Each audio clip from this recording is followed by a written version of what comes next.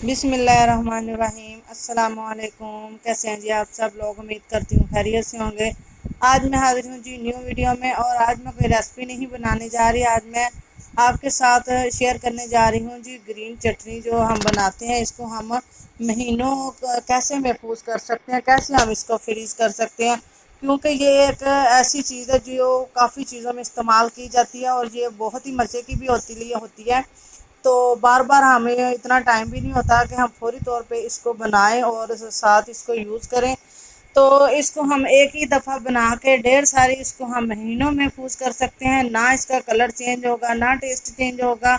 और ये मैं आपको बताती हूँ जी आप जी कैसे इसको महफूज कर सकते हैं। ये पुदीने की मैंने कुछ पुदीना लिया था।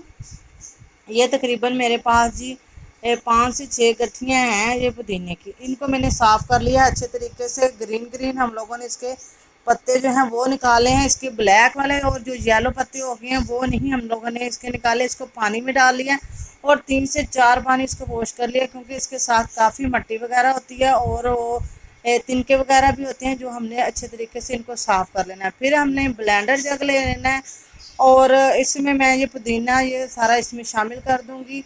और साथ में इसमें मैं शामिल करूंगी जी 8 से 10 अदद ये सब्ज़ मिर्ची हैं जी, ज़्यादा तेज़ वाली नहीं है। ये आप अपने मुताबिक भी इसमें शामिल कर सकते हैं, जैसे कि आप लोगों को कम मिर्चें पसंद हैं तो आप इसमें कम इस्तेमाल कर सकते हैं। अगर आप तेज़ खाते हैं तो आप इसमें ज़्यादा इस्तेमाल कर सकते हैं।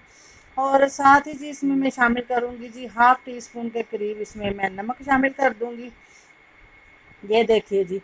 और बिल्कुल इसमें थोड़ा सा ड्रॉप से पानी के डाल के इसको जी हम फिर करेंगे ग्राइंड। इसमें ज़्यादा पानी नहीं डालना, बस इतना सा हमने हल्का सा पानी यूज़ करना है जितने में ये जी हमारा अच्छे से ग्राइंड हो जाए। और इसकी खुशबू इतनी मज़े की होती है, आप हर खाने के साथ इसको यूज़ करें। ये मैदे की जो गर्मी है वो भी दूर करती है, हाजमा हमारा दुरुस्त करती है ये जो चटनी है। और दही बड़ों में या खाने के साथ या चावलों में, बिरयानी के साथ, बर्गर में, हर जगह पे ये आप इस्तेमाल कर सकते हैं। ये बहुत ही मुफीद है। और ये देखिए जी मैंने इसको ब्लेंड कर लिया है। अब जो हम जिसमें आइस क्यूब्स होती हैं, हम जिसमें ये आइस क्यूब जमाते हैं, वो वाली हम लोगों ने ये ले ली है डिब्बियाँ, उसमें डाल के जिसको फ्रीज़ कर लिया।